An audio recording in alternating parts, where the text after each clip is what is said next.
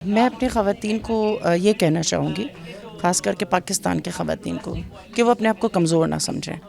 जो हकूक़ की बात आज दूसरे ममालिक कर रहे हैं, ये हुकूक हमें 1400 साल पहले मिल चुके हैं। बात है उन हुकूक को ख़याल रखने की, समझने की, सोचने की, तामीर और तरक्की की, कि हम अपने हुकूक का इस्तेमाल किस तरह करते हैं। हमें उन हुकूक के इस्तेमाल के लिए हमारी नॉलेज होना ज़रूरी है, हमें मोटिवेट होना बहुत ज़रूरी है, और हमारी तालीम बहुत ज़रूरी है, जो कि बहुत ही ज़रूरी इशू है, जो कि अभी तक इस पे काम नहीं हो रहा। इसके लिए बहुत ज़रूरी है कि हम तमाम ख़वातीन मिल के इस पे काम करें, और इंशाअल्लाह ताला अपने छोटे लेवल से, ज़रूरी नहीं होता कि आप बड़े शहरों में ही काम करना शुरू करेंगे तभी काम होगा।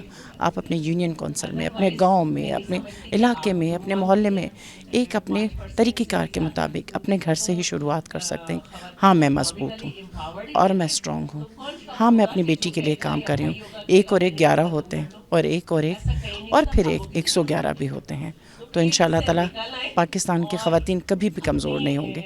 और सबसे पहली बात ये कि जब वो अपने आप को मज़बूत बनाना चाहेंगी, तो ये कोई माँ, बहन, बेटी अपने आप को ये नहीं साबित कर सकेगी कि मैं किसी मर्द से कम हूँ, और कोई भी मर्द ये नहीं समझेगा कि वो उस पे ज़ुल्म व तशद्दुद कर सकता है।